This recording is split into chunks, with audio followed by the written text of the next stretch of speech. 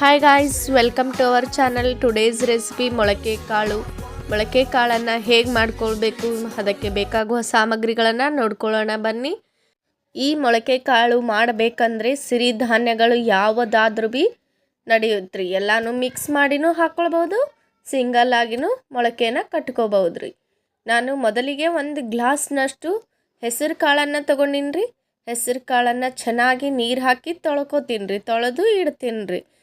ನಂತರ ಇದಕ್ಕೆ ನಾನು ಶೇಂಗಾ ಬೀಜನ ಹಾಕ್ಕೊಳ್ತೀನಿ ರೀ. ನಿಮ್ಗೆ ಎಷ್ಟು ಬೇಕಷ್ಟು ಹಾಕ್ಕೊಳ್ರಿ, ಒಲ್ಲಂದ್ರೆ ಸ್ಕಿಪ್ ಮಾಡಿರಿ. ಆಮೇಲೆ ಗ್ಯಾಸ್ ಸ್ಟವ್ ಮೇಲೆ ನೀರನ್ನು ಕಾಯ್ಲಿಕ್ಕೆ ಇಟ್ಕೊಂಡಿನಿ ರೀ. ಉಗುರು ಬೆಚ್ಚಗೆ ಕಾಯಿಸ್ಬೇಕ್ರಿ, ಜಾಸ್ತಿ ಕಾಯಿಸೋದು ಬೇಡ ರೀ, ಉಗುರು ಬೆಚ್ಚಗಿದ್ರಿ ಸಾಕ್ರಿ. ಇದಕ್ಕೆ ನಾನು ಈ ತೊಳ್ಕೊಂಡಂತಹ ಶೇಂಗಾ ಮತ್ತು ಹೆಸರು ಕಾಳನ್ನು ಈ ಬೊಗೋಣಿಯೊಳಗೆ ಹಾಕ್ಕೊಳ್ತೀನಿ ರೀ. ಹಾಕ್ಕೊಂಡು ಮುಚ್ಚಳನ ಮುಚ್ಚಿಬಿಟ್ಟು 12 ಗಂಟೆಗಳ ಕಾಲ ಇಡ್ತೀನಿ ರೀ, ನೆನೆಯಲು ಬಿಡ್ತೀನಿ. ಇವಾಗ ನೋಡಿ ಫ್ರೆಂಡ್ಸ್, 12 ಗಂಟೆ ಆಗಿದೆ ರೀ. ನೋಡ್ರಿ ಎಷ್ಟು ಚಂದ ನೆನೆದಾವ್ರಿ.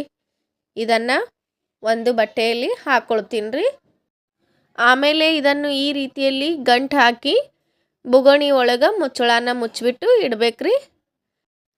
10 hours ಇಟ್ಟಿದ್ದೆ ರೀ. ಅನಂತರ ಓಪನ್ ಮಾಡ್ಕೊಂಡಿನಿ ರೀ. ನೋಡ್ರಿ ಎಷ್ಟು ಚಂದ ಮೊಳಕೆ ಬಂದವ್ರಿ ಹೆಸರು ಕಾಳು.